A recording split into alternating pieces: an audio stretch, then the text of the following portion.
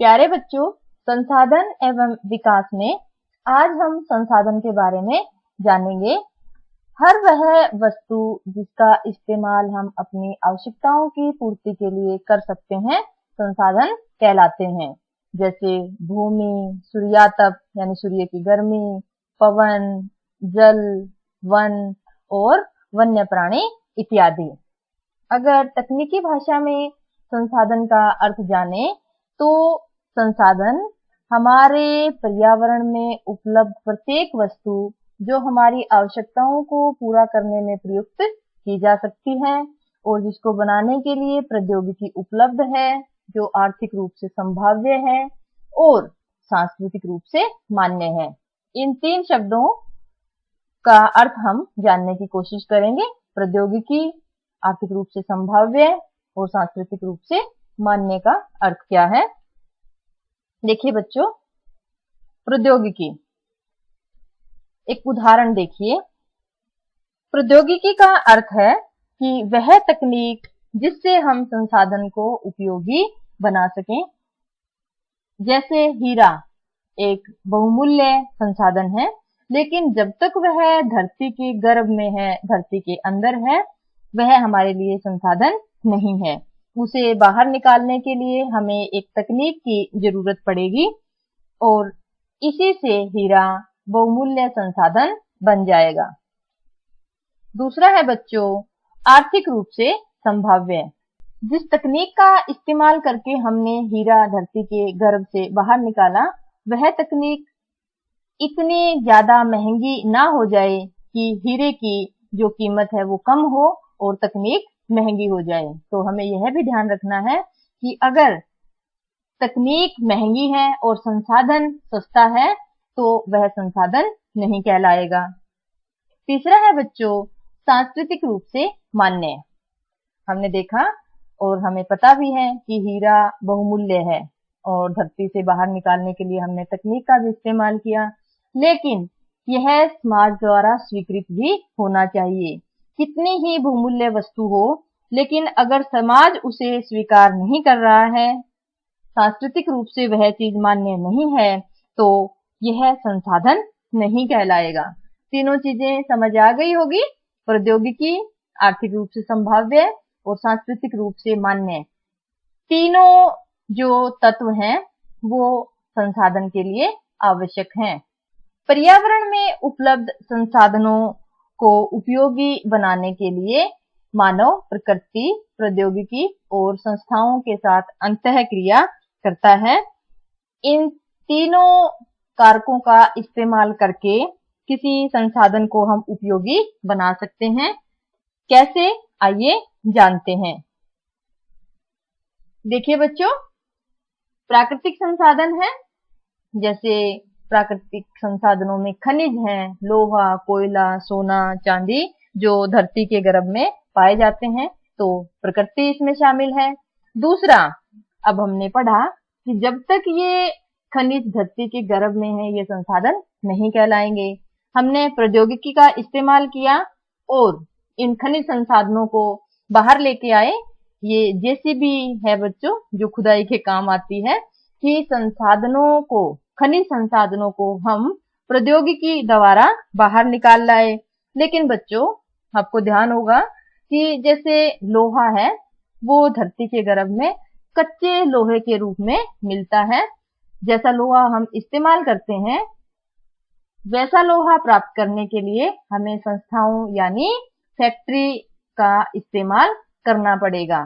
तो तीनों चीजें आप समझ गए होंगे कि मानव प्रकृति, प्रौद्योगिकी और संस्थाओं के माध्यम से ही संसाधनों को इस्तेमाल करने लायक बनाता है।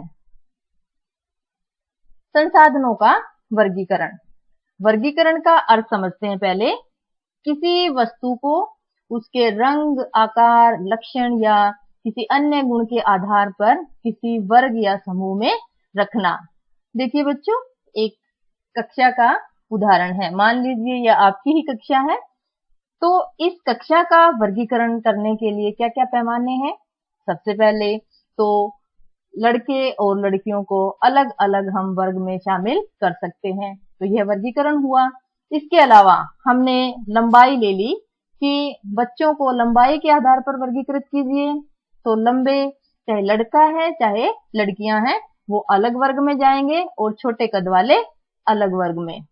इसी तरह वजन के हिसाब से और इसी तरह अक्षेत्र के हिसाब से कि ग्रामीण क्षेत्र के जो बच्चे हैं वो उसका अलग वर्ग बना लेंगे और शहरी क्षेत्र के बच्चों का अलग।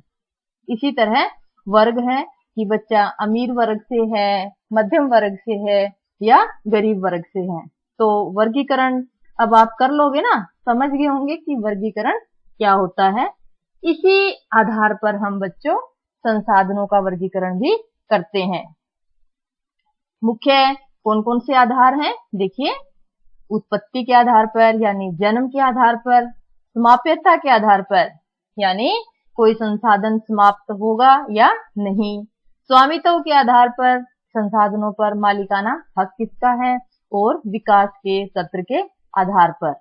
आइए इन सभी आधारों को अच्छे से समझते हैं। सबसे पहले उत्पत्ति के आधार पर संसाधनों का हम दो भागों में वर्गीकरण कर सकते हैं, जैव और अजैव। सबसे पहले जैव संसाधन, जैसा कि नाम से ही विदित हो रहा है कि वे सभी संसाधन जिसमें जीवन है, जैसे मानव है, पशु हैं, पौधे हैं इत्यादि। अजैव संसाधन वे संसाधन जो निर्जीव हैं, जिनमें जान नहीं है, जैसे धातुएं हैं या चट्टाने हैं या आपके कार है, ये जो चीजें हैं ये अजैव संसाधन कहलाएंगे। समाप्यता मैंने बताया कि संसाधन समाप्त होंगे या नहीं होंगे, इस आधार पर हम संसाधनों को दो भागों में बांट सकते हैं, नवीकरण योग्य और अनवीकरण योग्य। नवीकरण योग्य जैसा कि नाम से ही लग रहा है कि जिन्हें नया रूप दिया जा सके, जिन्हें बार बार बनाया जा सके, पुनः उत्पन्न, बार बार बनाया जा सके भौतिक, रासायनिक और यांत्रिक प्रक्रियाओं द्वारा। जैसे सौर ऊर्जा है, पवन ऊर्जा है, जल है, यानी जब तक सूर्य, पवन और जल और वन और वन्य जीव संसाधन रहेंगे, ये संसाधन हम बार बार उत्पन्न कर सकते हैं। अनवीकरण योग्य संसाधनों में वे संसाधन हैं जिनको बनने में लाखों करोड़ों साल लग जाते हैं और एक बार इस्तेमाल होने के बाद ये खत्म हो जाते हैं, जैसे कोयला है, पेट्रोलियम है या प्राकृतिक गैस है। तो नवीकरण योग्य और अनवीकरण योग्य संसाधन आप समझ गए होंगे। स्वामित्व, मालिकाना हक किसका है संसाधनों पर? व्यक्तिगत है, सामुदायिक है, राष्ट्रीय है या अंतरराष्ट्रीय है? सबसे पहले व्यक्तिगत। देखिए बच्चों, जिस घर में हम रहते हैं, हमारे खेत, हमारी भूमि हमारा व्यक्तिगत संसाधन है क्योंकि हमारा उस पर मालिकाना हक है। दूसरा है बच्चों सामुदायिक संसाधन, ऐसे संसाधन जिनका उपयोग पूरा समुदाय करता है, ये संसाधन किसी एक व्यक्ति का नहीं होता। उदाहरण के लिए गांवों में चरागाह भूमि जिस पर पशु चरते हैं, तालाब और शहरों में पार्क सामुदायिक स्वामित्व के उदाहरण हैं। तीसरा है बच्चों राष्ट्रीय संसाधन।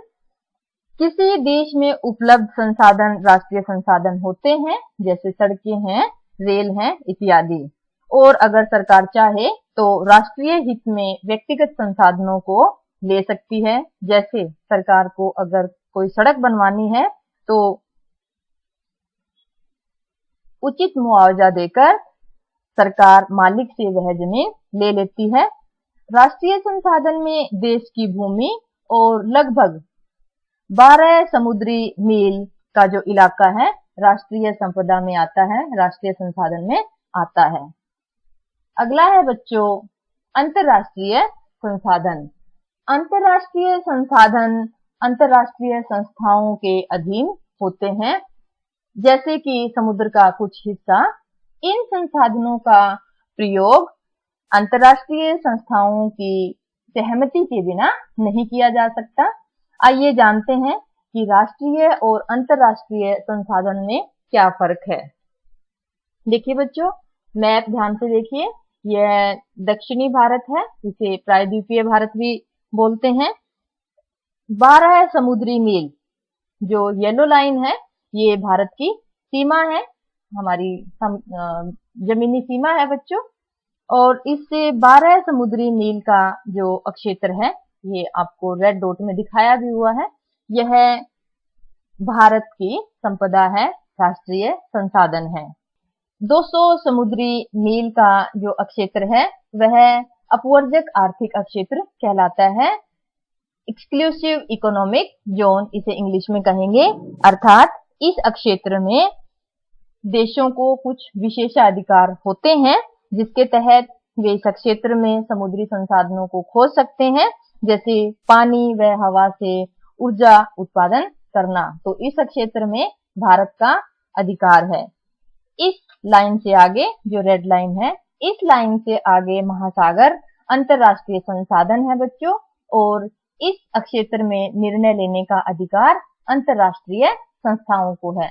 तो आप राष्ट्रीय और अंतरराष्ट्रीय संपदाओं में अंतर समझ गए होंगे। हम वर्गीकरण पढ़ रहे थे, तो विकास का सत्र वर्गीकरण का अंतिम चरण है। इसमें हम मुख्य रूप से संभावी संसाधन, विकसित संसाधन, भंडार और संचित कोष के बारे में पढ़ेंगे। संभावी संसाधन वे संसाधन हैं जिनको इस्तेमाल करने की हमारे पास तकनीक उपलब्ध है और जिनका उपयोग करने की हम इच्छा भी रखते हैं, लेकिन हम पूर्ण रूप से उनका उपयोग नहीं कर पाए हैं, जैसे सौर ऊर्जा व पवन ऊर्जा। देखिए बच्चों, भारत के पश्चिमी भाग, विशेषकर गुजरात और राजस्थान में पवन और सौर ऊर्जा संसाधनों की अपार संभावनाएं हैं, लेकिन इनका सही ढंग से विकास नहीं हुआ है, तो इसे संभावी संसाधन कहेंगे।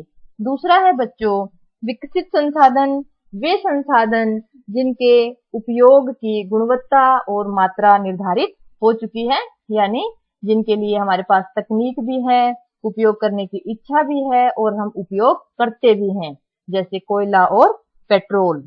तीसरा है बच्चों भंडार, पर्यावरण में उपलब्ध वे पदार्थ जो मानव की आवश्यकताओं की पूर्ति कर सकते हैं, लेकिन उपयुक्त प्रौद्योगिकी के अभाव में वो हमारी पहुंच से बाहर हैं, भंडार कहलाते हैं। उदाहरण के लिए हमें पता है कि जल हाइड्रोजन और ऑक्सीजन का यौगिक है, और हमें पता है कि हाइड्रोजन ऊर्जा का मुख्य स्रोत है, लेकिन फिर भी हमारे पास ऐसी कोई तकनीक नहीं है कि हम जल से हाइड्रोजन रूपी ऊर्जा निकाल सकें।